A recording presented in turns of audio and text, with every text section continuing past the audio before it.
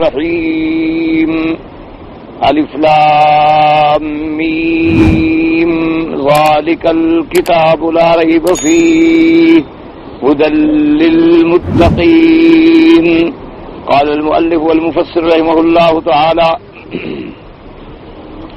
أدام النفع بعلومه وعلومكم في الدارين آمين إلى أن قال وقيل هي اسم من أسماء الله تعالى فقال فواتح الصور من أسماء الله تعالى وكذا قال سالم بن عبد الله وإسماعيل بن عبد الرحمن الصدي الكبير. بعض علماء نے یہ بھی فرمایا ہے کہ الف لام میم یا سورتوں کے اول میں جو حروف مقطعات ہیں یہ اللہ کے ناموں میں سے نام ہیں، یعنی الف سے اللہ ہو گیا، اسی طریقے سے ہا سے حنان ہو گیا، میم سے مجید ہو گیا، یا ہا سے الحمید ہو گیا. تو بعض علماء نے یہ بھی فرمایا، اور بعض نے فرمایا یہ فواتح الصور ہیں، یعنی صورتوں کی ابتدا ہے لیکن اللہ کے اسماء کے ساتھ ہے. وكذلك قال سالم بن وقال شعبة الصدي والغني ان ابن عباس رضي الله تعالى عنه قال الف لام میم اسم من اسماء اللہ العظم. انہوں نے فرمایا کہ الف لام میم جو ہے یہ اللہ کے اسم اعظم ہے. هكذا رواه ابن بيات من حديث شعبة ورواه ابن جرير من دار المهدي شعبة قال سألت صديا حاميم وطاسين والف لام میم وقال ابن عباس هي اسم الله الأعظم. انہوں نے فرمایا کہ الف لام میم جو ہے یہ اللہ کا اسم اعظم ہے. وقال ابن جرير وحدثنا محمد بن مسنى قال حدثنا ابو النعمان قال حدثنا شعبان اسماعيل السدي مرة الهمداني قال عبد الله وذكر نحوه وحكى مسعود علي بن عباس وقال علي بن ابي طلحه بن عباس هو قسم اقسم الله به وهو من اسماء الله تعالى.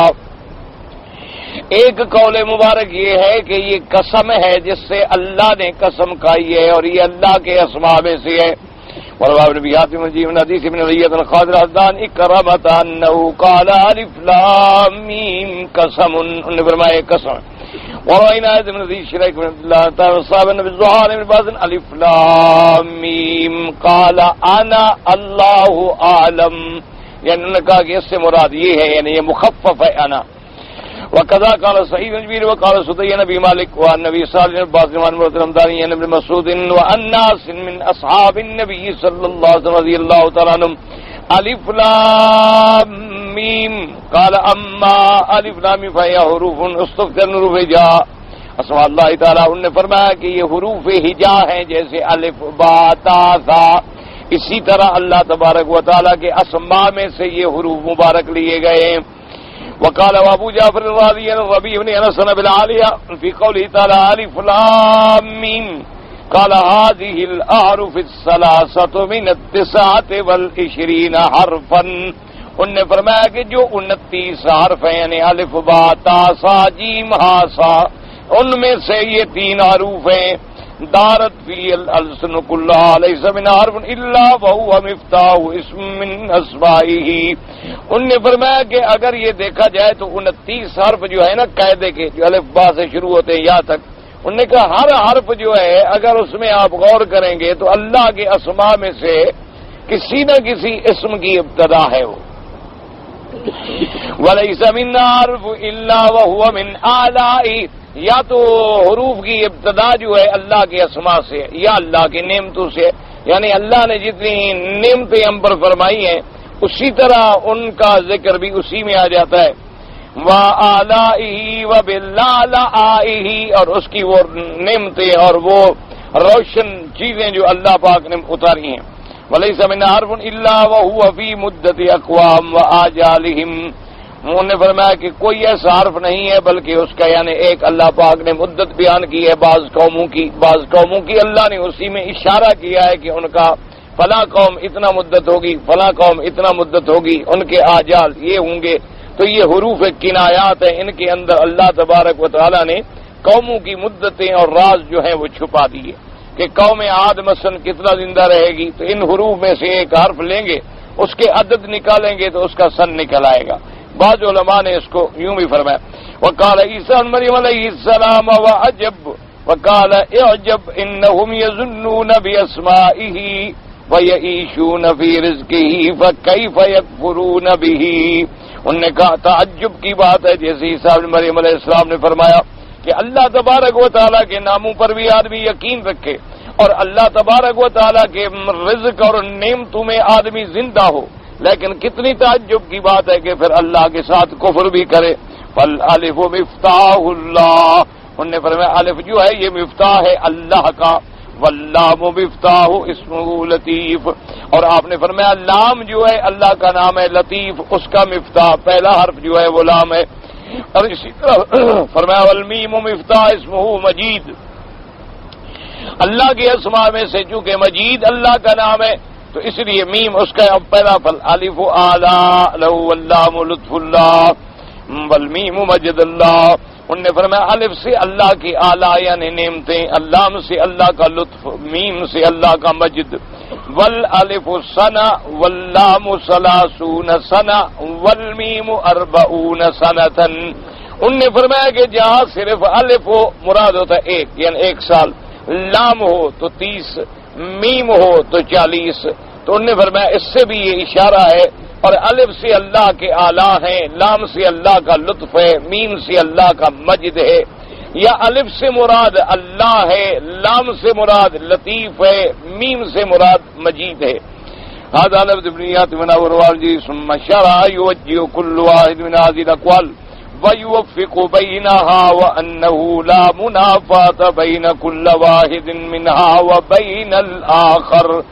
اب مفسر رحمت اللہ علیہ فرماتی ہیں کہ سب اقوال جمع کیے گئے اور پھر تمام علماء نے اپنے اپنے اقوال کو توفیق ملانے کے لیے کوشش کی، کہتے ہیں غور کریں تو کوئی ان کے اندر جھگڑا یا تعارض نہیں ہے۔ فإن الجمع ممکن، جمع کرنا جو ہے ممکن ہے، فہی اسماء للصور، یہ صورتوں کے بھی نام ہے، وہی من اسماء اللہ، یہ اللہ تبارک و تعالیٰ کے بھی نام ہے، یفتتح بها الصور، اس سے صورتوں کی افتتاح بھی کی جاتی ہے، وکل حرف منها دل على اسم من اسمائه وصفاته، ان میں سے ہر حرف جو ہے وہ اللہ کے نام اور اللہ کی صفات پہ دلالت کرتا ہے، کما افتتح صورا کثیرۃ بتحمیدہ وتسبیحہ وتعظیمہ، جیسے کہ اللہ تبارک و تعالیٰ نے بعض صورتوں کی ابتدا کی، فرمایا سبح للہ، فرمایا یسبح للہ، فرمایا الحمدللہ الذی انزل علی عبدہ الکتاب، تو مفسر نے فرمایا کہ سارے قول جمع ہیں، اللہ کے اسماء میں سے بھی پہلا حرف ہے، صورتوں کی افتتاح بھی اسی سے کی گئی ہے، اللہ کے اسماء و صفات کی طرف بھی اشارہ ہے، تو یہ جمعی اقوال اگر ہم اکٹھے کر لیں تو کوئی تعارض ان میں نہیں بنتا ہے۔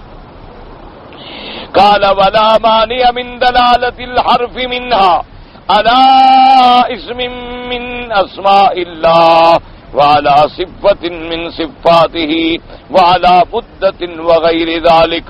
اب مفسر فرماتا ہے اگر پہلا حرف مثلا اللہ کی طرف اشارہ کر رہا ہے تو کوئی حرج نہیں، یا کوئی ایسا حرف آ رہا ہے جیسے ہاں ہے حنان، اس کی صفات کی طرف اشارہ کر رہا ہے، اور را جو ہے رحمان کی طرف اشارہ کر رہی ہے، ہاں جو ہے حنان کی طرف اشارہ کری ہے، تو کوئی ایسی بات نہیں ہے اس میں۔ اور اس کے بعد فرماتے ہیں یا ان حروف سے مراد مدتوں کہ الف سے 1، لام سے 30 اور میم سے 40، تو یہ 71 ہو گیا، تو اسی طرح اشارہ ہو جن جن صورتوں میں، اور ان صورتوں میں پھر جن جن قوموں کے احوال ہیں ان قوموں کی مدتوں کے، فلاں قوم 100 سال رہی، فلاں قوم 200 سال رہی، فلاں قوم 400 سال رہی، فلاں قوم 1000 سال رہی، تو کہتے ہیں یہ بھی ہو سکتا ہے۔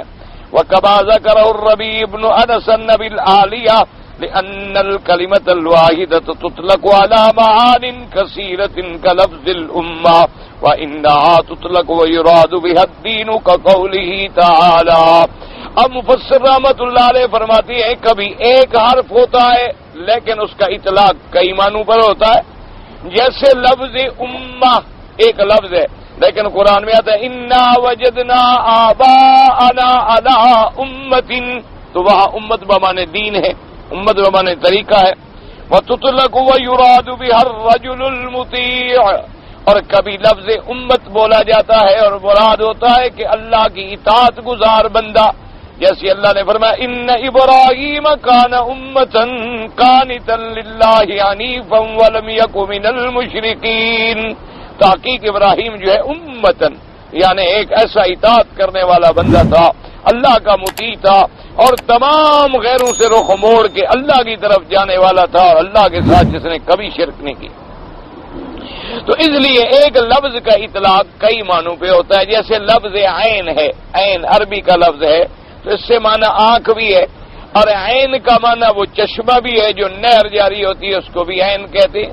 اسی طرح عین کا لفظ جو ہے جاسوس پر بھی اطلاق ہوتا ہے، جو جاسوسی کرتے ہیں کہتے ہیں عین ہے۔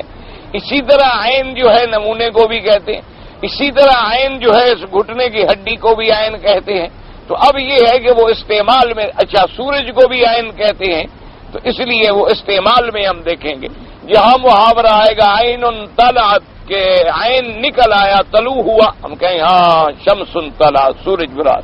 اگر کہیں محاورے میں آئے گا عین انکسرت، بھی عین ٹوٹ گئی، تو کہیں ہاں بھی وہ گھٹنے کی ہڈی مراد ہے، وہ ٹوٹ گئی۔ کہیں ہوگا عین جرت، کہ بھی عین جو ہے چل پڑی، ہم کہاں وہ نہر مراد ہے، بھی وہ چشمہ جو تھا وہ بہہ پڑا۔ کہیں گے عین ابصرت، آنکھ نے دیکھا، ہم کہیں گے یہ آنکھ مراد ہے۔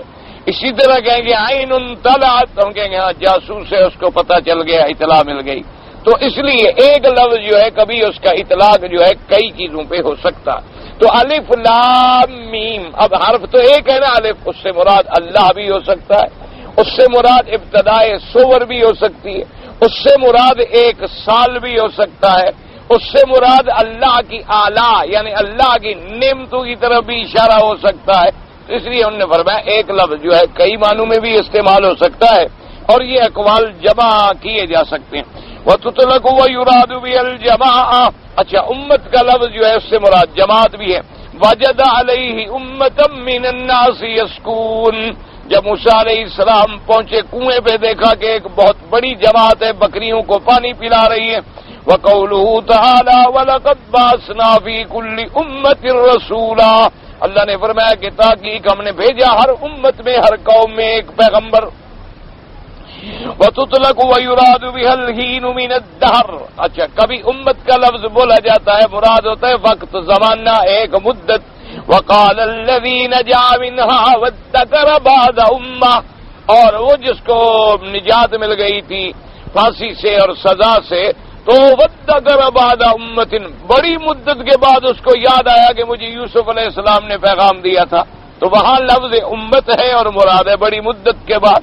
تو ایک لفظ کئی معنوں میں استعمال ہو رہا ہے قرآن پاک کے اندر بھی۔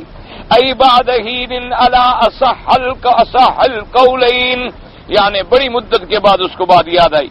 هذا آخر كلام موجه لكن هذا ليس كما ذكره ابو العالية، فإن ابا العالية زعم أن الحرف دل على هذا وعلى هذا وعلى هذا معا، ولفظة الأمة وما أشبه من الألفاظ المشتركة بالاصطلاح إنما دل في القرآن في كل موطن على معنى واحد دل عليه سياق الكلام، فأما عمله ولا مجموع محامله إذا أمكن ومسألة مختلف فيها بين علماء الأصول ليس هذا موضوع البحث فيها۔ اب مفسر کہتا ہے کہ کلام خلاصہ ان کا یہ نکلا کہ ایک حرف سے کئی چیزیں مراد ہو سکتی ہیں، لیکن انہوں نے فرمایا کہ ابو العالیہ کی بات اور ہے، وہ فرماتے ہیں کہ بھی ایک ہے مجموعہ حرف، عین مجموعہ ہے نا، عین یا نون پھر عین بنے گا نا، امہ الف میم ہا امہ بنے گا، تو وہاں تو ایک مجموعہ حرف ہے، اور یہاں تو بحث ہو رہی ہے ایک حرف سے، الف لام میم۔ تو فرمایا یہ علیحدہ مسئلہ ہے، وہ علیحدہ مسئلہ ہے۔ ابو العالیہ نے فرمایا کہ یہ بات نہیں بنتی ہے، کیونکہ مجموعی حرف کا کسی چند معنوں میں استعمال ہونا وہ علیحدہ چیز ہے، وہ تو ایک لفظ جامع کلمہ ہے، امتن ایک کلمہ ہے، لیکن یہاں تو بحث ہو رہی ہے حرف میں، یہاں کسی جملے یا کلمے میں تو بحث ہی نہیں ہو رہی۔ لیکن وہ مفسر کہتا ہے بہرحال یہ بڑی دقیق بات ہے، اور یہ موضوع تفسیر کا مقام ہی نہیں ہوتا کہ ہم اس بحث میں پڑھیں کہ کیا بھائی مجموع کا حمل ایک پہ ہے یا اصولیین کے نزدیک یا نہیں ہے۔ ثم ان لفظة الامة تدل على كل من معانيها في سياق الكلام، وہ کہتے ہیں امت کا لفظ جو دلالت کر رہا ہے تو ہم سیاق کلام دیکھیں گے کہ سیاق کلام پہلے جو آ رہی ہے اس سے کیا مراد ہے۔ بدلالة الوظيف، أما دلالة الحرف الواحد على اسم يمكن أن يدل على اسم آخر من غير أن يكون أحدهما أولى من الآخر بالتقدير والإضمار بوزن، ولا بغیر فاضا مما لا يفهم الا بتوقيف. اب مفسر کہتا ہے کہ یہاں تو ایک کلمہ ہے لیکن ایک حرف کا کسی خاص کے لیے استعمال. پھر ایک اچھا لفظ لکھا ہے الف. اب ایک جگہ تو ہم کہے اللہ مراد ہے, دوسری جگہ ہم کہے نہیں اس سے مراد جو ہے سورت الف لام میم سجدہ مراد ہے, تیسری جگہ ہم کہے نہیں اس سے مراد جو ہے سال مراد ہے. تو کہ اس کے لیے ہمارے پاس دلیل کون سی ہوگی؟ وہاں تو ہم دلیل رکھتے ہیں نا کہ ان ابراہیم کان امتن, پیچھے ابراہیم علیہ السلام کا ذکر موجود ہے. وہاں ہمارے پاس دلیل ہے کہ وجد علیہ امۃ من الناس یسکون, کے کنویں پر انہوں نے ایک جماعت کو پایا جو پانی پلا رہی تھی. تو یہاں ہمارے پاس کون سا کرینہ ہوگا کہ یہاں ہم یہ معنی مراد لیں اور یہاں ہم یہ معنی مراد لیں اور یہاں ہم یہ معنی مراد لیں. اور اس کے بعد جناب فرماتے ہیں مسئلہ مختلف فیہا فلیس فیہا اجماع حتی یحکم بہ, کہتا ہے مسئلہ مختلف فی ہے, کوئی جماع نہیں اس میں. ومان شدو من الشواہد علی صیغۃ اطلاق الحرف الواحد لا بقیۃ الکلمۃ فإن فی السیاق ما يدل على ما حذف بخلاف هذا كما قال الشاعر. اب مفسر رحمۃ اللہ علیہ فرماتی ہیں کہ بعض لوگوں نے اپنے اس دعوے کو ثابت کرنے کے لیے عرب کے شعراء سے بھی حجت پکڑی ہے, لیکن کہہ رہے وہ بھی غور کرو وہاں بھی تو سیاق دلالت کر رہے ہیں نا کہ یہ معنی ہے. جیسے کہ شاعر نے کہا قلنا کفی لنا فقالت قاف لا تحسبی انا نسین الاجاف. ہم نے کہا کفی ٹھہرو, قل نے کہا قاف ٹھہر گئی میں. تو وہاں تو یعنی سیاق میں ہم نے کہا ٹھہرو تو اس نے جواب میں کہا کافن, یعنی شاعر نے اپنی محبوبہ سے کہا کہ کفی ٹھہرو تو اس نے کہا کافن میں ٹھہر گئی. وقفت مال الظلیم آل کیف لا یا منکر ان جلدہ اذا یا فکر کرنا یقول اذا یفعل کذا وکذا فاکتفا بالیا, یعنی فاذا یا یعنی فاذا یفعل کذا وکذا بالخیر خیرات وان شرا فا ولا اريد الشر الا انت یقول ان شرا فشرا ولا اريد الشر الا انت شاء. تو وہاں کا تا یعنی اگر تم برائی چاہتے ہو تو پھر میں بھی برائی کروں گا. فاکتفا بالفائدہ کردین بقیت یا ولیکن سیاق کلام اللہ عالم. فصل کہتے ہیں یہ تو سیاق الکلام سے واضح ہے, وہاں سیاق الکلام ہی نہیں ہے نا, وہاں تو سورت کی ابتدا میں آ گیا الف لام میم, پہلے تو کوئی کلام ہے ہی نہیں, تو ہم کیا اشارہ اس سے لے سکتے ہیں؟ بہرحال مفسر رحمۃ اللہ علیہ نے تمام اقوال نقل فرما دیے. قال القرطبي والذي من آن على قتل مسلم بشطر كلمة قال سفيان هو أن يقول في اقتل اق وقال ابو قصير قال فواتح السور كلها. جیسے کہ قرطبی نے ایک حدیث پاک سے بھی استدلال کیا. حضور پاک نے فرمایا کہ من آن على قتل مسلم بشطر كلمة, اگر کسی بندے نے کسی مسلمان کے قتل کرنے میں مدد کی لیکن آدھے کلمے کے ساتھ, یعنی وہ بھی قاتل ٹھہرا جائے گا قیامت. یعنی اس نے کہنا تو تھا نا اقتل, اس کو قتل کر دو, اشارہ کیا ابھی اقتل, تو آدھا کلمہ چاہے اس کے منہ سے نکلا ہے لیکن اللہ تو جانتے ہیں وہ اس میں پکڑا جائے گا اور قیامت میں اس کو قاتل شمار کیا جائے گا. اور وہ خصیب کہتی ہیں کہ یہ فواتح السور ہیں, بھئی بس انہی سے صورتوں کی افتتاح کی گئی ہے. قاف و صاد ہا میم طا سین میم الف لام را وغیرہ ذالک ہجاء موضوع نے کہا یہ حرف حروف ہجاء جو ہیں اسی لیے. وقال بعض اهل العربيه الحروف بالمعجم استغرب ذکر بعض كما في واسن ذکر الواقعيه التي تتم السماء حرفا كما يقول قال ابن يكتفي الف با تا سا في حروف المعجم 27 فاستغرب ذکر بعض اهل مجموعه. انہوں نے کہا یہ وہی حروف ہیں جو 28 حرف ہیں, ان میں سے کچھ کا ذکر آ گیا کچھ کا ذکر نہیں آیا. قلت مجموع الحروف المذکورة في اوائل السور بحذف المقرر منها 14 حرفا. مفسر کہتا ہے کہ 28 نہیں بلکہ اگر مقرر حرف ہم گرا دیں تو وہ 14 بنتے ہیں. الف لام میم صاد را کاف ہا یا عین طا سین ہا قاف نون. یجب قولک نص حکیم قاطع له سر, یعنی اگر ان کو جمع کرو تو کیا بن جائے گا نص, یعنی نون سواد جمع کیا نص بن گیا. حکیم ہا کاف یا میم کو جمع کیا تو حکیم بن گیا. قاف الف طا عین کو جمع کیا تو قاطع بن گیا, اور لام ہے کو جمع کیا تو لہو بن گیا. سین اور را کو جمع کیا تو سرن بن گیا. تو بہرحال کلام عرب میں ایسے استعمال ہوتے تھے. کہ جیسے کہ وہ مثل مشہور ہے کہ ایک بزرگ کی خدمت میں کوئی آدمی آیا اور بڑا عرصہ خدمت کرتا رہا اور خدمت کرتا رہا، اور اس کے بعد جناب خدمت کا خلاصہ یہ نکلا کہ جب اس کو موقع ملا تو اس نے کہا کہ جی مجھے آپ مہربانی کریں، میں اتنے عرصے سے آپ کی خدمت میں جو پڑا ہوا ہوں مجھے سونے کا نسخہ سکھلائیں۔ یہ بزرگوں کی خدمت میں ہر قسم کے لوگ ہوتے ہیں۔ اللہ تبارک و تعالی ہمیں بھی اور آپ کو بھی سب کو ہدایت دے اور اخلاص عطا فرمائے۔ کسی کی اخلاص سے خدمت کرنا یہ ابھی دو تین دن کا واقعہ ہے۔ میں حجر اسود کے سامنے بیٹھا تھا، نماز پڑھی میں نے عشاء کی، نفل پڑھے، ایک آدمی بیٹھا رہا۔ اب آدمی ساتھ بیٹھا ہو تو لازمی بات ہے کہ انسان کو شرم آتی ہے کہ کہیں ریا نہ ہو جائے، میں اس کے دکھلاوے کے لیے نہ پڑھ رہا ہوں۔ اس لیے اصول ہوتا ہے کہ کوئی آدمی اگر وظیفے میں مشغول ہے تو آپ دور چلے جائیں، جب وہ فارغ ہو تو آپ اس کو مل لیں۔ خیر بہرحال وہ فارغ ہونے کے بعد ملا، میں نے کہا السلام علیکم جناب، فرمائیے آپ کوئی کام ہے؟ ہاں جی کام ہے۔ میں نے کہا فرمائے کیا کام ہے؟ جی آپ مجھے نسخہ بتلا دیں، سونے کا نسخہ پوچھنے آیا تھا۔ میں نے کہا شریف آدمی، اللہ کے کعبے میں بیٹھا ہوں، اس کعبے پر بھی اگر یقین نہ ہو اور آدمی نسخے بناتا پھرے تو اس سے بڑا بے ایمان بھی کوئی ہوگا؟ یعنی جس کو اللہ کے گھر میں بھی اللہ کے رزق پر یقین نہیں ہے، خدا کے دروازے پہ بیٹھے، اس سے بڑا بھی کوئی کیمیا کا نسخہ ہے دنیا میں؟ ایک ذمہ دار کے دروازے پہ میراثی ہوتا ہے، نئی ہوتا ہے، وہ اس کو نہیں بھولتا۔ ہم خدا کے دروازے پہ پڑے ہیں تو خدا رزق نہیں دے گا؟ وہ بیچارے لوگ دیکھتے ہیں نا، ان کی گھڑیاں روز نئی ہوتی ہیں، کپڑے نئے ہوتے ہیں، یہ نہیں دیکھتے خدا کے بندے پتہ نہیں اللہ ہمیں کہاں کہاں سے بھیجتا ہے۔ اب بھیجنے والے جو الحمدللہ ہزاروں ہوں اور پہننے والا ایک ہو تو وہ روز نئی چیز تو پہنے گا۔ کبھی کسی نے کپڑے بنا کے بھیج دیے، کبھی کسی نے کچھ، اللہ ان کو جزائے خیر عطا فرمائے۔ ہمیں پتہ نہیں ہوتا، ہم سے پورے نہیں ہوتے، ہم اٹھا اٹھا کے الحمدللہ لوگوں کو دیتے رہتے ہیں۔ کیوں؟ وہ بھی تو بیچارے اندازہ کرتے ہیں محبت میں کہ ہاں یہ آ جائے گا، بڑا ہو گیا، کوئی چھوٹا ہو گیا، کوئی نہ آیا، انہوں نے کہا اچھا بھی اس نے ہدیہ بھیجا، آپ آگے ہدیہ دے دیں۔ لوگوں نے سمجھا سونا بناتے ہیں، کوئی کہے گا چاندی بناتے ہیں، کوئی کہتے ہیں ہوٹلوں کا کاروبار کرتے ہیں۔ کیا علاج؟ اب اس کا کوئی علاج ہے ہمارے پاس؟ ما سوا اس کے کہ انا للہ و انا الیہ راجعون، اس کے علاوہ تو ہم کچھ نہیں کہہ سکتے۔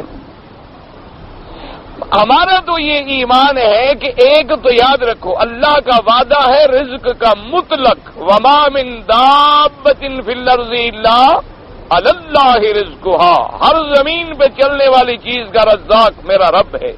ان اللہ هو الرزاق ذو القوۃ المتین۔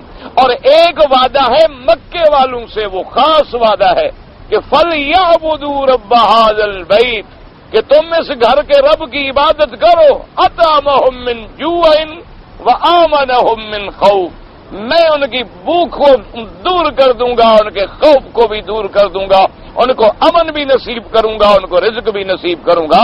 تو ہمارے ساتھ تو اللہ کے دو وعدے ہیں، ہم کیسے بھوکے رہ سکتے ہیں؟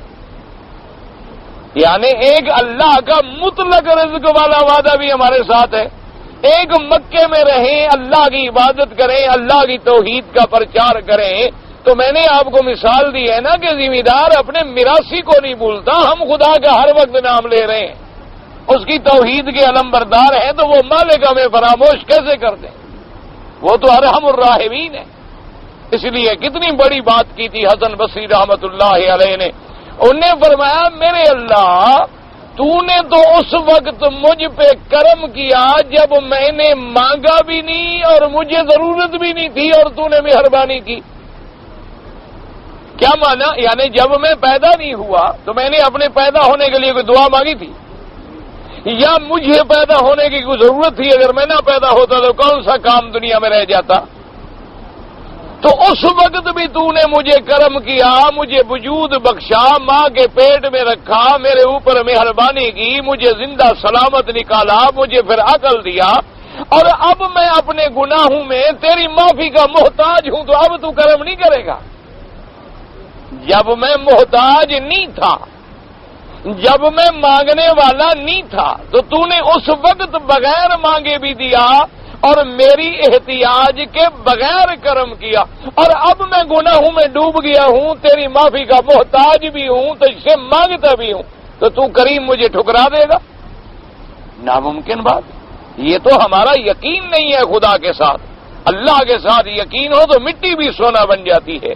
اللہ کے ساتھ یقین ہو تو آدمی کی زبان سے کلمہ نکلتا ہے اور میرا مالک اپنی رحمتیں فرما دیتے ہیں.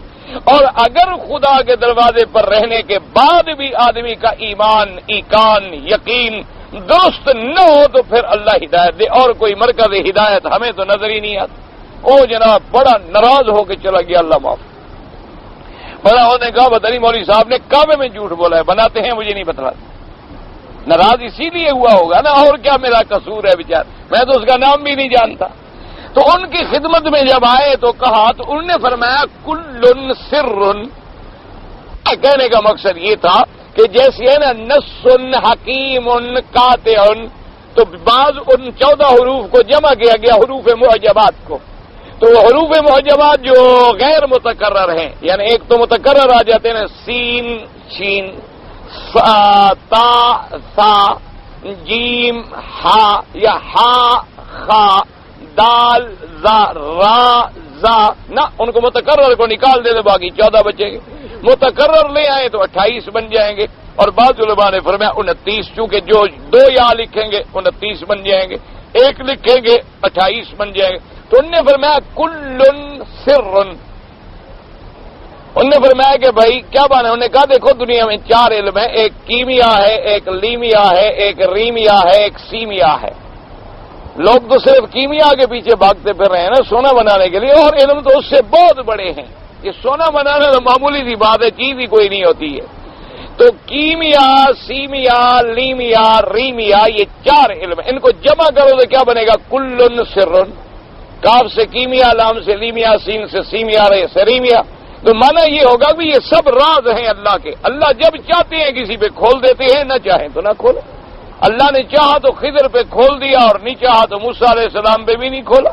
حالانکہ موسیٰ علیہ السلام رسول ہیں، اور خضر علیہ السلام کی نبوت میں بھی اختلاف ہے کہ کیا وہ نبی بھی تھے یا نبی نہیں تھے. لیکن موسیٰ علیہ السلام کی رسالت میں تو کوئی جھگڑا ہی نہیں ہے. تو اللہ نے بعض علوم کو خضر پہ کھول دیا لیکن موسیٰ علیہ السلام پہ نہیں کھولا. بعض علوم کو اللہ نے سلیمان علیہ السلام پہ کھول دیا اور داؤد علیہ السلام پہ نہیں کھولا. تو اس لیے یہ اللہ کے راز ہوتے ہیں، یہ اسرار ہوتے ہیں. تو اس لیے بعض علماء نے فرمایا کہ بہرحال ان حروف کے اندر اللہ کی حکمتیں ہیں. وہی نصف الحروف عددا والمذکور منها اشرف من المتروک. اور جو زیادہ بیان کیے ذالک من صنعت التصریف، یعنی یہ فن نصرف کا قاعدہ ہے. قال الزمخشری بعض البعض مستمنا صاحب الناس الحروف هي من المحموسہ، یعنی بعض ان میں محموسہ ہیں، بعض مجہورہ ہیں. من الرخوۃ والشدیدہ، بعض رخوہ کہلاتے ہیں، بعض شدیدہ کہلاتے ہیں، بعض مطبقہ کہلاتے ہیں، بعض مفتوحہ کہلاتے ہیں، بعض مستعلیہ کہلاتے ہیں، بعض منخفضہ کہلاتے ہیں، بعض قلقلہ کہلاتے ہیں. وقت سرا مفصل مقال سبحان الذی دقت فی کل شیء. ایک وقت نے کہا کہ کیا کمال ہے میرے رب قدیر کا جس کی حکمتیں اتنی دقیق ہیں. وهذه الاجناس المحدودة مقصورة بالمذکور منها وقد الامتن وزم الشيء وجله ينزل منزل كله. اس لیے جو زیادہ اشرف ہوتے ہیں ان کو ذکر کر دیا جاتا ہے. ومنها هنا لقد بعض في هذا المقام كلاما وقال لا شك ان هذه الحرف لم ينزل سبحانه وتعالى عبثا ولا صدى. انہوں نے کہا کہ اللہ نے یہ قرآن میں جو حرف اتارے ہیں الف لام میم، یہ تو ناممکن ہے نعوذ باللہ کہ اللہ نے بے فائدہ کوئی کلام اتارا ہو.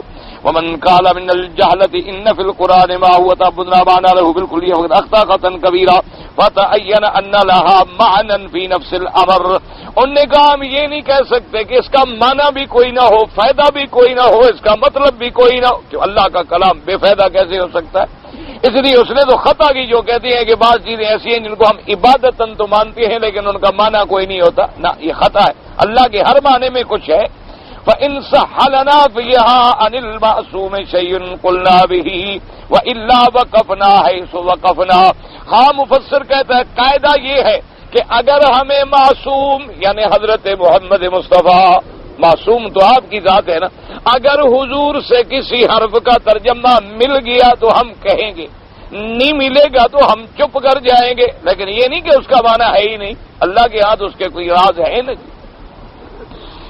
آمنا به کل من عند ربنا، ہمارا ایمان ہے کہ سب ہمارے رب کا کلام ہے. وإن كتب ولم يجمع العلماء في لا شيء أين ما يختلف ومن ظهر بعض قال بدين فعليه اتباع والله الوقت طاهر بهذا المقام.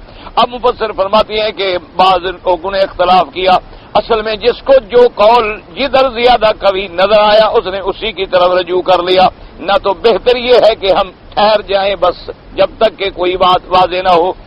المقام الآخر في الحكمة التي اقتضت إيراد هذه الحروف في أوائل السور ما هي ما قطع النظر عن معانيها في أنفسها.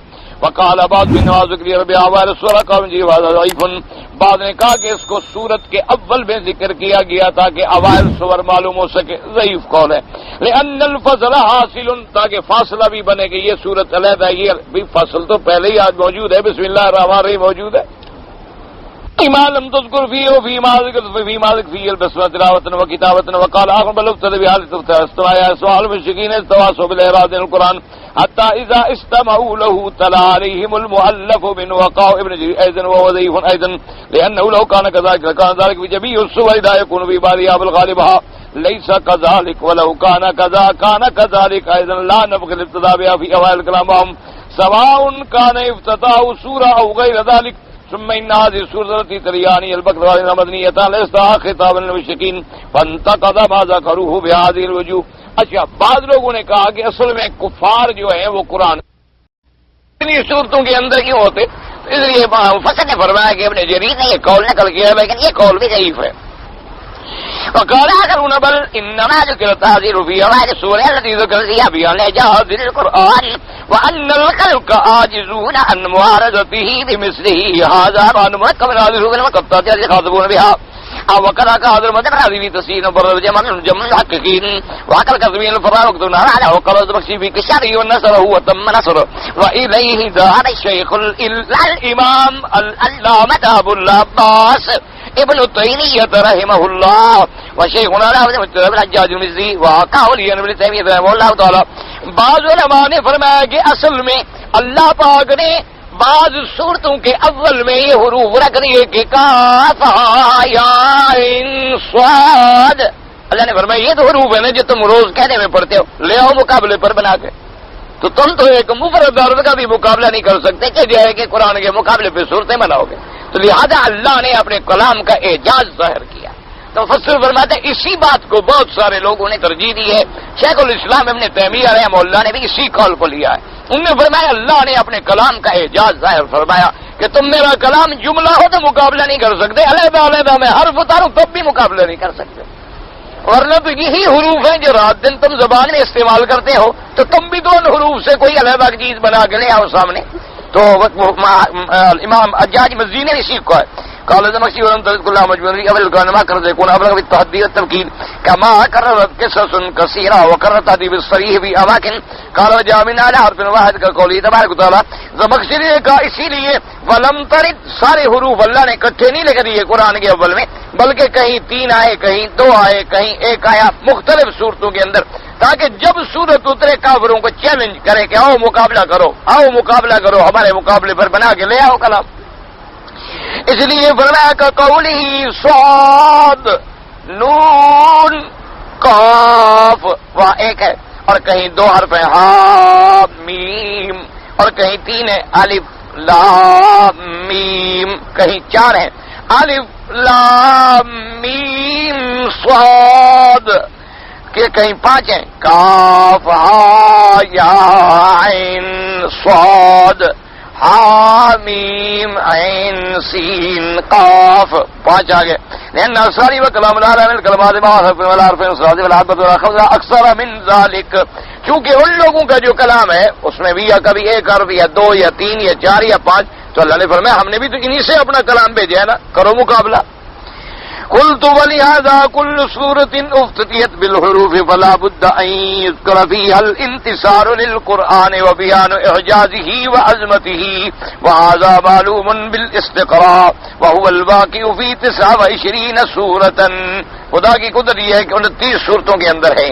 جیسے فرمایا الف لام میم ذالک الکتاب لا ریب فیہ، الف لام میم اللہ لا الہ الا هو الحی القیوم نزل علیک الکتاب بالحق مصدقا لما بین یدیہ، الف لام میم صاد کتاب انزل الیک ولا یکن فی صدرک حرج منہ الف لام را کتاب انزلناه الیک تخرج الناس من الظلمات الى النور باذن ربهم الف لام میم تنزیل الکتاب لا ریب فیہ من رب العالمین حامیم تنزیل من الرحمن الرحیم حامیم عین سین قاف کذالک یوحی الیک والذین من قبلک اللہ عزیز حکیم. یعنی اللہ نے حروف بھی وہی لگائے نا جہاں قرآن نے تحدی کی. اللہ نے قرآن اتارا, اللہ نے قرآن اتارا, اللہ نے قرآن اتارا, اللہ نے اپنی کتاب آپ کی طرف بھیجی. وغیر ذلک من الآیات الدالۃ علی صحۃ ما ذهب الیہ ہؤلاء لمن امعن النظر واللہ اعلم. اب مفسر فرماتا ہے قرآن کی ان آیات پہ غور کرو تو ان لوگوں کا قول جو ہے وہ ذرا قوی معلوم ہوتا ہے کہ یہ اللہ کے قرآن کا اعجاز ہے بس. وَأَمَّا مَنْ زَعَمَ أَنَّهَا دَالَّةٌ عَلَى مَعْرِفَةِ الْمَدَدِ وَأَنَّهُ يُسْتَخْرَجُ مِنْ ذَلِكَ أَوْقَاتَ الْحَوَادِثِ وَالْفِتَنِ وَالْمَلَاهِمِ فَقَدْ ادَّعَى مَا لَيْسَ لَهُ وَطَارَ فِي غَيْرِ مَطَارِهِ.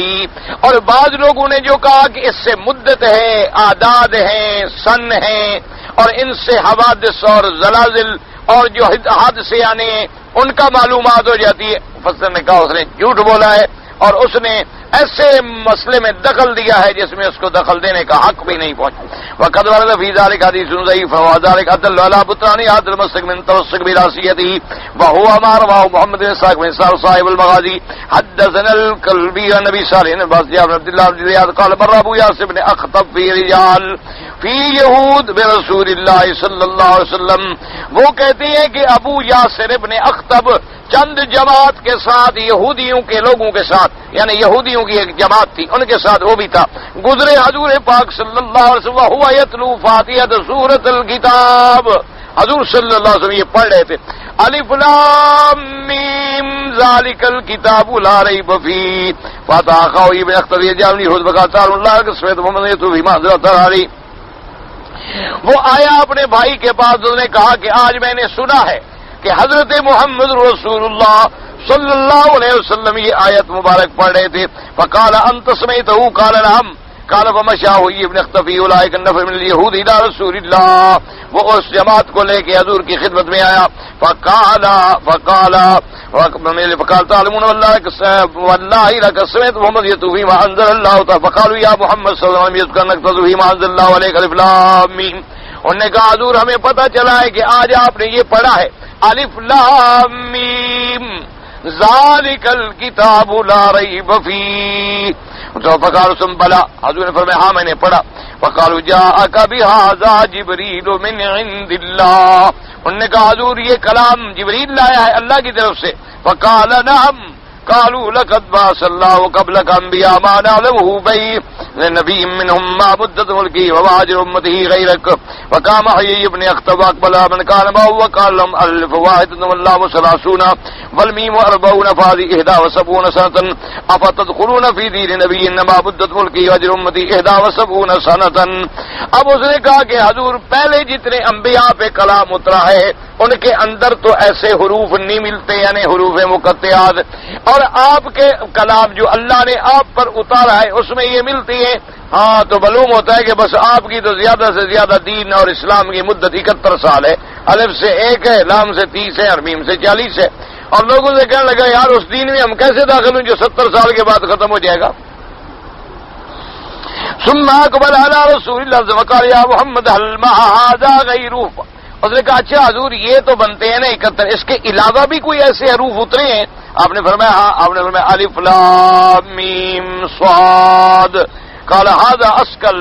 کہنے لگا ہاں یہ تو پھر لمبی مدت ہو گئی.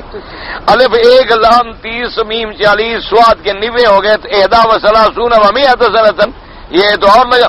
حل ما هذا یا محمد صلی اللہ علیہ وسلم. حضور اس کے علاوہ بھی کوئی اترا ہے؟ آپ نے فرمایا ہاں. کہنے لگا کیا؟ آپ نے فرمایا الف لام را. قال هذا اسکل و اطول. نے کہا او یہ تو اور مدت لمبی ہو گئی. الف 1 ہو گیا, لام 30 ہو گئے, را جو ہے 200 ہو گئے. فهذا 31 ما هذا يا محمد غيره. قال نعم. قال ماذا؟ قال الف لام ميم را. قال هذه اسكل والالف 1 واللام 30 والميم 40 والراء 200 وهذه 71 ثم قال لقد بسرنا امرك يا محمد صلى الله عليه وسلم قليلا اوتيتهم كثيرا. جب حضور نے یہ سارے پڑھے کہنے لگا اب ہم گھبرا گئے، ہم اختلاف پتہ نہیں آپ کی زیادہ مدت ملی ہے آپ کو یا کم ملی ہے، ہمیں سمجھ نہیں آ رہا، یعنی جب تھوڑی تھی تو پھر تو نخرے کر رہا، جب اور حروف سامنے آئے تو یہ سارے بس حساب کتاب تھے ان کے۔ اس کے بعد کہنے لگا ثم قال قوموا انو، کہنے لگا اٹھو چلو، ثم قال ابو یاسر لأخيه فلما من الاحبار ما يدريكم لعله قد جمع هذا محمد كله 71 31 مئة و71 سنين۔ اس کے بھائی نے کہا کہ بھائی گھبراتے کیوں، ہو سکتا ہے پتہ نہیں اللہ نے حضور کی امت کو اتنی مدت دی ہو، یعنی 700 تو 700 اور 704 سال، یہ بھی جھوٹ ہے۔ اب تو الحمدللہ 15ویں صدی میں ہم جا رہے ہیں اللہ کی رحمت سے۔ وقال لقد تشابه علينا امر فيظنون ان هؤلاء لا يتنزل فيهم هو الذي انزل عليك الكتاب منه آيات محكمات هن ام الكتاب واخر متشابهات۔ اللہ نے بعض آیات جو ہیں محکمات ہیں اور بعض متشابہات ہیں، جو ایمان والے ہیں متشابہات کو محکمات کی روشنی میں دیکھتے ہیں، اور جو گمراہ ہیں وہ متشابہات سے لوگوں کو دھوکہ دیتی ہیں۔ فهذا الحديث مدار الله محمد بن صاحب الكلبي وهو ممن لا يحتج بما انفرد به۔ اس سند کی مدار جو ہے محمد ابن صاحب کلبی پر ہے اور وہ کمزور ہے، اس کی روایت اگر اکیلے ہو تو حجت نہیں ہوتی۔ ثم كان مقتضى هذا المسلك ان صحيحا ان يحسب ما لكل حرف من الحروف الاربعه عشر التي ذكرناها وذلك يبلغ منه جملة كثيرة وإن حسبت مع التكرر فأتم وأعظم والله أعلم۔ اب مفسر فرماتی ہیں کہ اگر اس کو ہم مان لیں تو ہر حرف جو ہے 14 حرفوں میں سے جس کو ہم نے ذکر کیا تو اس کے تو کئی جملے بنتے ہیں، اور پھر وہ مکرر بھی ہے، تو اب جب مکرر کو ہم گنیں گے تو پھر تو اور بڑھتی چلی جائے گی بات، اور لمبی ہوتی چلی جائے گی بات۔ تو اصل دیکھیں نا جی، اب آپ نے الحمدللہ جمیع اقوال پڑھ لیے ہیں۔ یہ علماء کا کمال ہوتا ہے کہ وہ سارے قول جمع کر دیتی ہیں، یعنی کمزور بھی جمع کر دیتے ہیں، ضعیف بھی جمع کر دیتے ہیں، اور مختلف علماء کی تعویلات بھی جمع کر دیتے ہیں تاکہ کل کو طالب العلم پریشان نہ ہو، اس کے دماغ میں سارے قول موجود ہوں۔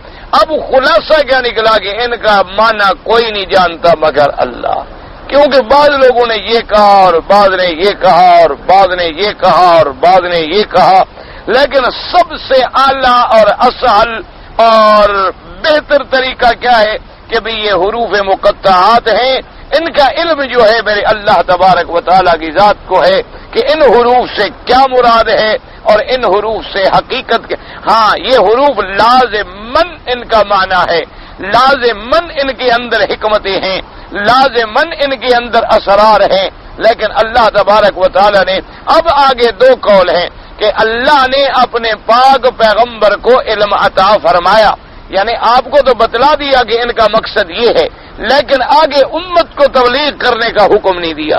اور بعض علماء فرماتی ہیں کہ اللہ نے اپنے پاک پیغمبر کو بھی نہیں بتلایا، بلکہ ان کے لیے بھی ایک راز رکھا تاکہ حضور پاک کا بھی ان چیزوں پر ایمان ہو جائے جو غیب کہلاتی ہیں، تاکہ حضور صلی اللہ علیہ وسلم کا ہر چیز کھول دی گئی اور کچھ چیزیں جو ہیں اللہ نے نہیں کھولی، جیسے اللہ نے قصص میں فرمایا کہ نحن نقص علیک احسن القصص بما اوحینا الیک ھذا القرآن۔ اللہ نے فرمایا ہم آپ کو بہترین قصہ بیان کرتے ہیں یوسف علیہ السلام کا، وَإِن كُنتَ مِن قَبْلِهِ لَمِنَ الْغَافِلِينَ۔ اور ایک مقام میں فرمایا اللہ تبارک و تعالیٰ نے کہ بہت سارے انبیاء ایسے ہیں من لم نقصص علیک، جن کا ہم نے آپ پر ذکر بھی نہیں کیا، تو بعض انبیاء کا اللہ نے ذکر فرما دیا، بعض انبیاء کا اللہ نے ذکر نہیں فرمایا، بعض چیزوں کا اللہ نے علم عطا فرما دیا۔ تو بہرحال ان حروف پر بھی ہمارا ایمان ہے، یہ اللہ کا کلام ہے اور اللہ کا اسرار ہے، اور اللہ تبارک و تعالی ہی اس کے معانی اور حکمتوں کو جانتے ہیں، واللہ تعالی عالم وعلمہ اتم۔ چلو شکر ہے آپ کا سبق تو پورا ہوا بھائی اب اتنی تفسیر چھوڑ دیں تو پھر طالب بھی تو ناراض ہوتے ہیں نا، ہم تو روز تقریر شروع کر دیں تو یہ بیچارے جو پڑھنے والے ہیں یہ کہاں جائیں۔ انشاءاللہ آج ان کا حق پورا ہو گیا، پھر دیکھا جائے گا، اللہ توفیق دیں، محروم نہ فرمائے۔ بھائی کوئی سوال پوچھنے کا مقصد، اب ایک شخص کسی کے ہاں کام کرتا ہو، دوسرا اس پہ شک کرتا ہو، گزارش یہ ہے کہ اب وضاحت ہونی چاہیے. یعنی نعوذ باللہ تم کسی کے پاس کام کر رہے اور ایک آدمی کو تمہارا کردار پر شک ہے، تو اس لیے حضور کا فرمان ہے کہ اتقوا عن مواقع التہم. حضور کا حکم ہے کہ اگر کسی گلی میں تہمت لگنے کا خدشہ بھی ہو تو گلی چھوڑ دو. یعنی تمہارا کوئی گناہ نہیں ہے، تمہارا دامن صاف ہے، لیکن ایک تہمت لگنے کا خوف تو ہے نا، یا بلا وجہ موقع ملتا ہے تو ایسی چیزوں سے بچنے کا حکم ہے. اگر تمہارے سوال کا یہی مقصد ہے تو یہی جواب ہے، اور کوئی مقصد ہے تو مجھے اللہ کو پتا ہے. مدینہ شریف میں ایک مسجد ہے، مسجد قبلہ. مسجد قبلہ تو کوئی نہیں ہے، قبلتین تو البتہ ہے، قبلہ تو کوئی مسجد ہی نہیں ہے. اللہ کے بندے، یہی بڑی مشکل ہے نا. ہمارے لوگ خود اپنی طرف سے بڑے گھڑتے ہیں کس سے. اصل میں وہ مسجد قبلتین ہے، قبلہ نہیں. کیا مانا کہ حضور پاک صلی اللہ علیہ وسلم پہلے جب مکے میں رہتے تھے تب بھی نماز پڑھتے تھے مسجد اقصی کی طرف، اور جب میرے آقا مدینے پاک تشریف لے گئے تب بھی نماز پڑھتے تھے مسجد اقصی کی طرف. تو 17 مہینے کے بعد اللہ نے حکم دیا کہ فول وجہ کا شطر المسجد الحرام. اب مسجد اقصی کے بجائے تم اپنے اللہ کے کعبے ابراہیمی کی طرف رخ کرو. سمجھ آ گئی یہ بات؟ تو اس مسجد میں نمازیں ہر مسجد میں مسجد اقصی کی طرف پڑھی جاتی تھی. تو وہاں صحابہ کی ایک جماعت نماز پڑھ رہی تھی، تو ایک صحابی گزرے تو انہوں نے کہا کہ میں ابھی سن کے آ رہا ہوں قبلہ تبدیل ہو گیا، قبلہ بدل گیا، قبلہ بدل گیا، اب مسجد اقصی نہیں ہے، اب قبلہ ابراہیمی ہے. تو صحابہ نماز میں کھڑے کھڑے قبلے کی طرف بدل گئے کہ اللہ کا حکم جب آ گیا ہے تو ہم اس قبلے کے بجائے اب مکہ اپنے کعبہ ابراہیمی کی طرف. تو گویا اس مسجد میں ایک ہی وقت میں دونوں قبلوں کی طرف نماز پڑھی گئی. یعنی نماز پڑھ رہے تھے ایک قبلے کی طرف، حکم ملا تو دوسرے قبلے کی طرف ہو گیا، تو لہذا 2 قبلوں والی مسجد بن گئی. اس وجہ سے اس کا نام ہے قبلتین. سمجھ آ گئی یہ بات؟ اور کوئی مسجد قبلہ نہیں ہے. لوگ ہمارے خود بڑی مسجدیں بناتے ہیں، کرے کیا آدمی؟ ان کو بھی موقع ملے نا جی. قبر بنانے میں اور مسجد بنانے میں مسلمان بڑا تیز ہے. قبر نہ بھی ہو نا جی، آپ یعنی تجربہ کریں، کسی آپ ٹیلے پہ کپڑا ڈال دیں، بس انشاءاللہ سال کے بعد منت منوتیاں شروع. شرط لگا لیں آپ تجربہ. کیوں مسلمان کو نعوذ باللہ ثم نعوذ باللہ. اصل میں وجہ کیا ہے؟ وجہ یہ ہے کہ ایک اسلام سے دوری، دوسرا صدیوں تک انگریزوں کی غلامی، تیسرا صدیوں تک ہندو کے ساتھ ہمارا ربط، ان کی تہذیب کا اثر جو ہے وہ مسلمانوں کے اندر گھر کر گیا. اللہ تبارک و تعالیٰ معاف فرمائے. یعنی آپ میں کعبہ شریف میں بیٹھا ہوں، آپ کسی مسلمان کی شادی کو دیکھیں جو ہمارے دیہاتوں میں ہوتی ہیں، ان شادیوں کو جا کے دیکھیں اور ہندو کی شادی کو دیکھیں، کوئی آپ کو فرق نظر نہیں آئے. آپ شرط لگا، ایک ایک رسم جو ہے وہی ہندو والی ملے گی. وہ پھیرے دیتے ہیں، یہ بھی پھیرے دیتے ہیں، وہ لوہا پکڑتے ہیں، یہ بھی لوہا پکڑتے ہیں، وہ بھی گھوڑے پہ چڑھاتے ہیں، یہ بھی گھوڑے پہ چڑھاتے ہیں، وہ بھی پھولوں کے تاج بنا کے آگے ڈالتے ہیں جناب دولہے کو، یہ بھی اسی طرح کے سہرے ڈالتے ہیں، وہ بھی مہندیاں لگاتے ہیں، یہ بھی مہندیاں لگاتے ہیں، وہ بھی ہاتھ میں سرخ دھاگے باندھتے ہیں، یہ بھی ہاتھ میں سرخ دھاگے باندھتے ہیں، وہ بھی سگن کرتے ہیں، یہ بھی سگن کرتے ہیں، وہ بھی آٹا عورت کے بدن پہ ملتے ہیں، پتہ نہیں ابٹل لگا رہے ہیں، پتہ نہیں کیا کیا کر رہے ہیں، یہ بھی کرتے ہیں. یعنی ایک ایک رسم ملا لے، معلوم ہوگا نعوذ باللہ ہم ہندو کے گھر میں بیٹھے. شرط لگا لیں. یہاں یہ جہیز جو ہمارے ہاں ہے کہ کوئی لڑکا اگر پڑھا لکھا ہو تو وہ لڑکی والوں سے مطالبہ کرتا ہے کہ ہم تمہاری لڑکی تب قبول کریں گے، یہ بتلاؤ کہ جہیز میں کیا ساتھ لائے گی. یہ کون سے اسلام کی رسم ہے؟ سورۃ البقرہ میں ہے یا آل عمران میں ہے؟ حضور پاک نے کتنا حکم فرمایا. آپ نے مردوں کو بھی حکم دیا. آپ نے فرمایا کہ عورت 3 وجہ سے شادی کی جاتی ہے. فرمایا کیا؟ فرمایا بمالہا و جمالہا و بدینہا.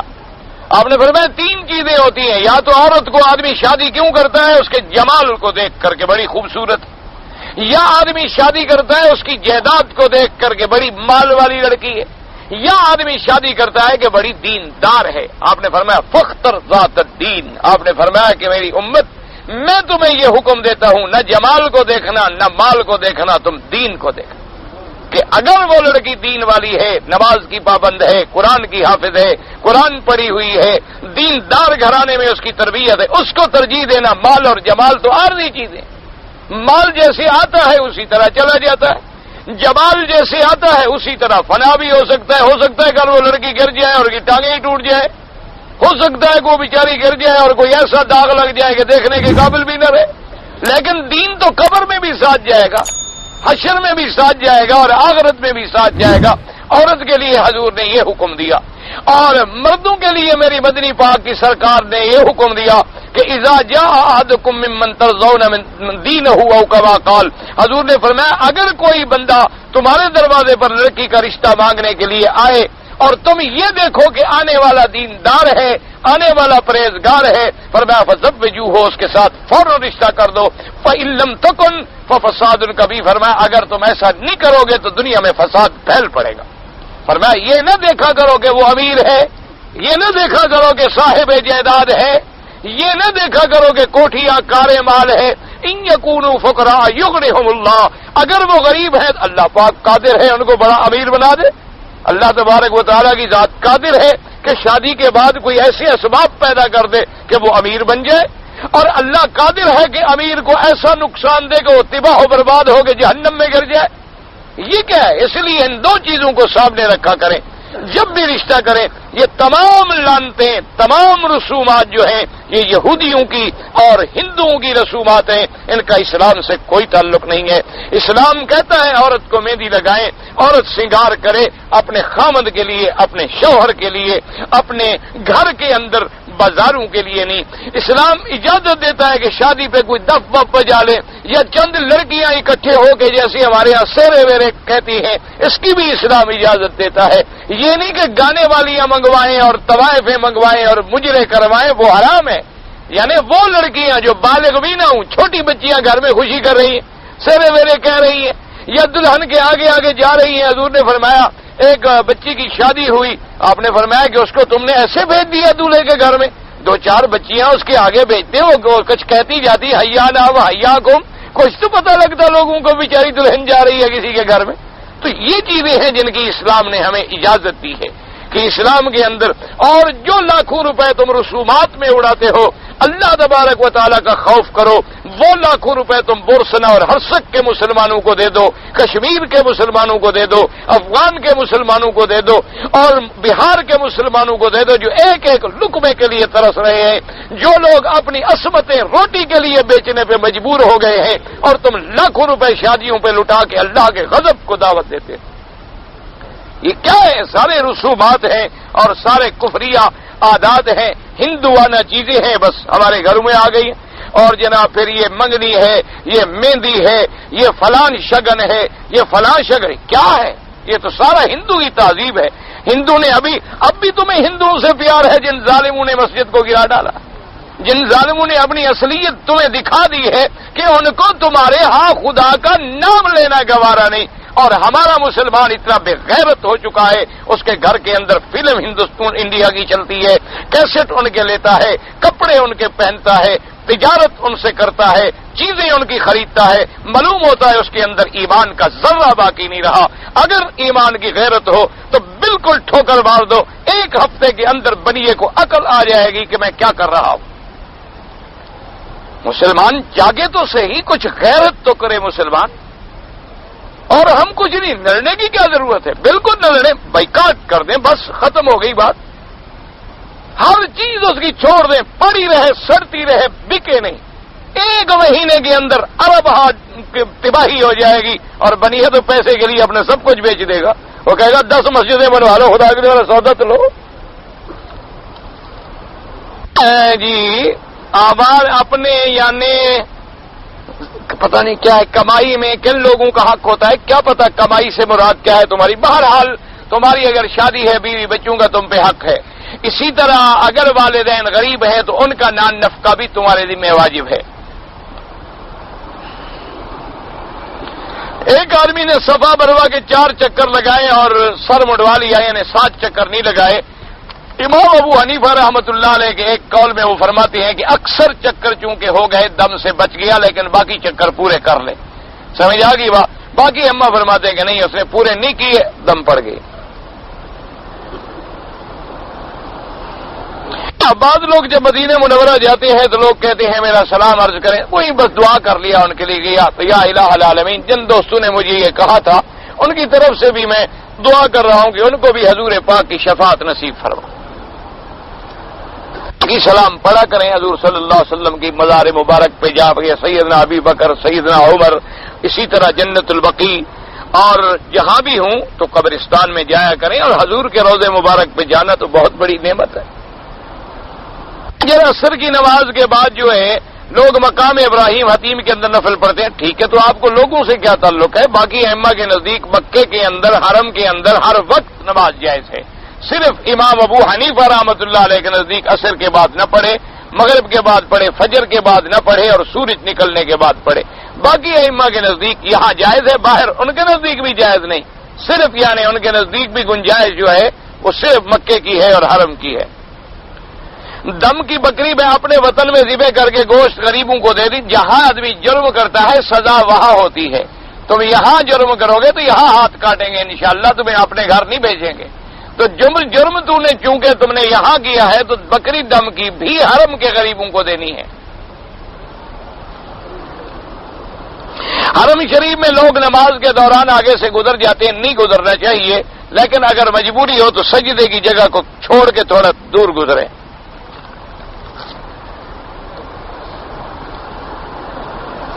ایک والدہ کا انتقال ہو گیا اور روزہ باقی ہے، پہلی چیز تو یہ ہے اللہ پاک معاف فرما دے، موت آ گئی خدا مغفرت کر دے۔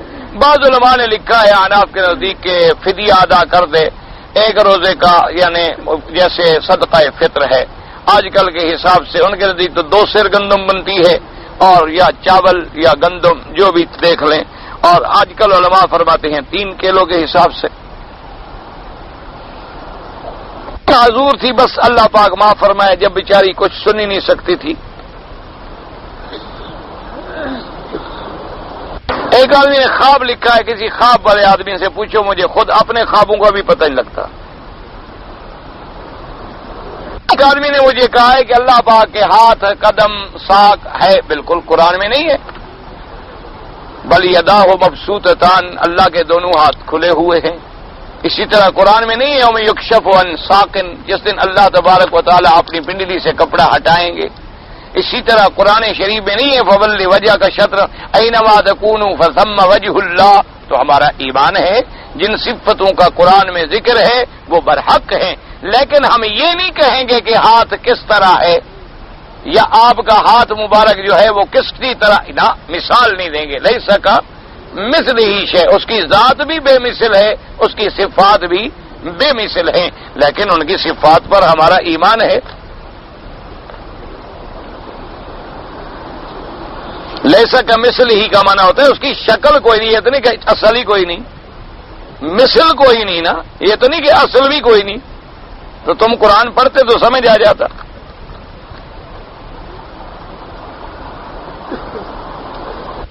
ہمارے دائیں بائیں جو فرشتے ہیں بالکل ہیں، اللہ نے قرآن میں لکھا ہے کہ کرامن کاتبین یعلمون ما تفعلون، قرآن میں لکھا ہے ما یلفظ من قول الا لدیہ رقیب عتید، جو بھی ہم لفظ نکالتے ہیں، جو بھی ہم کام کرتے ہیں، لکھنے والے لکھ رہے ہیں۔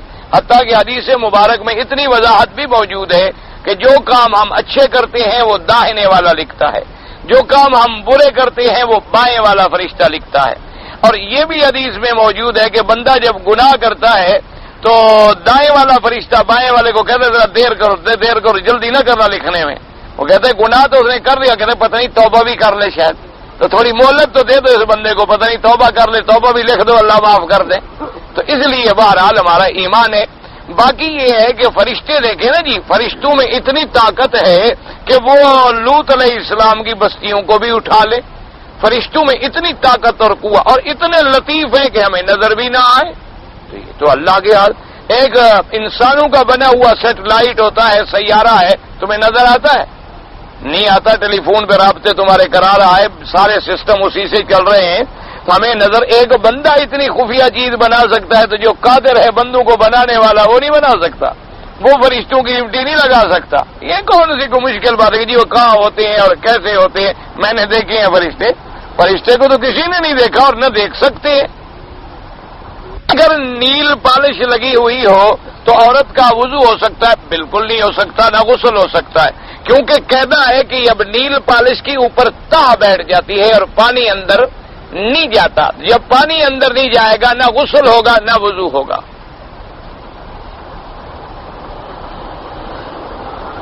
وطر کی رکعتیں جو ہیں چاروں ائمہ رحمہم اللہ کا لفظ وطر حدیث میں یاد رکھو پوری تہجد پہ بھی آیا ہے کہ حضور نے 8 رکعت پڑھی، حضور نے 9 رکعت پڑھی، حضور نے 12 رکعت پڑھی، کانا یو تیرو۔ اسی طریقے سے بہرحال 3 رکعتوں کا بھی ذکر احادیث مبارک میں موجود ہے۔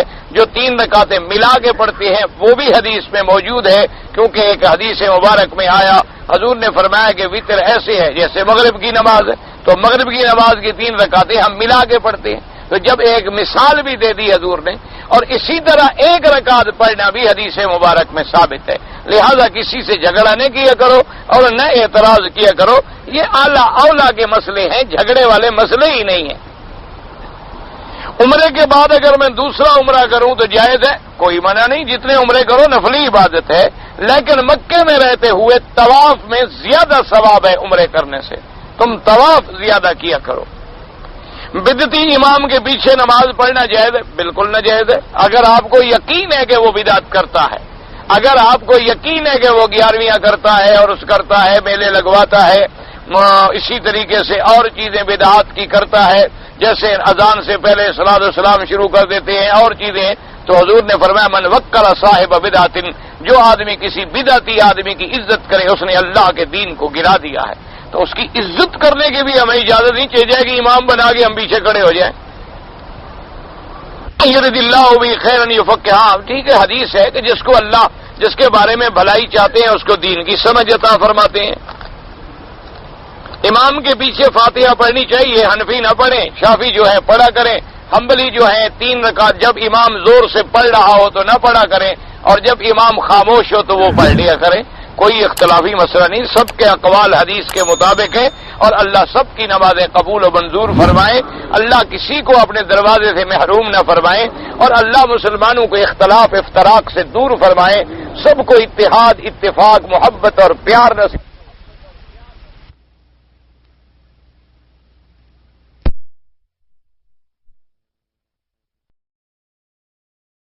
بالکل نہ جائز ہے۔ اگر آپ کو یقین ہے کہ وہ بدعت کرتا ہے، اگر آپ کو یقین ہے کہ وہ 11ویاں کرتا ہے اور اس کرتا ہے، میلے لگواتا ہے، اسی طریقے سے اور چیزیں بدعات کی کرتا ہے، جیسے اذان سے پہلے صلاۃ والسلام شروع کر دیتے ہیں اور چیزیں، تو حضور نے فرمایا من وکل صاحب بدعت، جو آدمی کسی بدعتی آدمی کی عزت کرے اس نے اللہ کے دین کو گرا دیا ہے۔ تو اس کی عزت کرنے کی بھی ہمیں اجازت نہیں چاہیے جائے کہ امام بنا کے ہم پیچھے کھڑے ہو جائیں۔ یرد اللہ بھی خیرا یفقہ، ہاں ٹھیک ہے، حدیث ہے کہ جس کو اللہ جس کے بارے میں بھلائی چاہتے ہیں اس کو دین کی سمجھ عطا فرماتے ہیں۔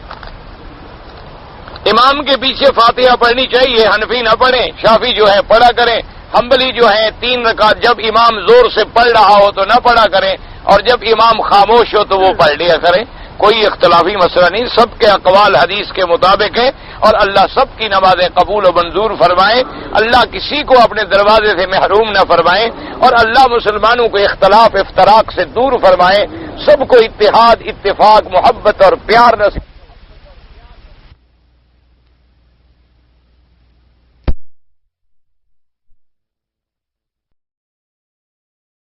بالکل نہ جائز ہے۔ اگر آپ کو یقین ہے کہ وہ بدعت کرتا ہے، اگر آپ کو یقین ہے کہ وہ 11ویاں کرتا ہے اور اس کرتا ہے، میلے لگواتا ہے، اسی طریقے سے اور چیزیں بدعات کی کرتا ہے، جیسے اذان سے پہلے صلاۃ والسلام شروع کر دیتے ہیں اور چیزیں، تو حضور نے فرمایا من وکل صاحب بدعت، جو آدمی کسی بدعتی آدمی کی عزت کرے اس نے اللہ کے دین کو گرا دیا ہے۔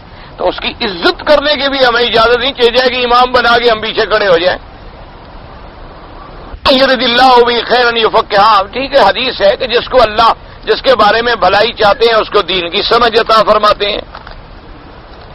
امام کے پیچھے فاتحہ پڑھنی چاہیے، حنفی نہ پڑھیں، شافی جو ہے پڑھا کریں، حنبلی جو ہے 3 رکعت جب امام زور سے پڑھ رہا ہو تو نہ پڑھا کریں، اور جب امام خاموش ہو تو وہ پڑھ لیا کریں، کوئی اختلافی مسئلہ نہیں، سب کے اقوال حدیث کے مطابق ہیں، اور اللہ سب کی نمازیں قبول و منظور فرمائے، اللہ کسی کو اپنے دروازے سے محروم نہ فرمائے، اور اللہ مسلمانوں کو اختلاف افتراق سے دور فرمائے، سب کو اتحاد اتفاق محبت اور پیار نصیب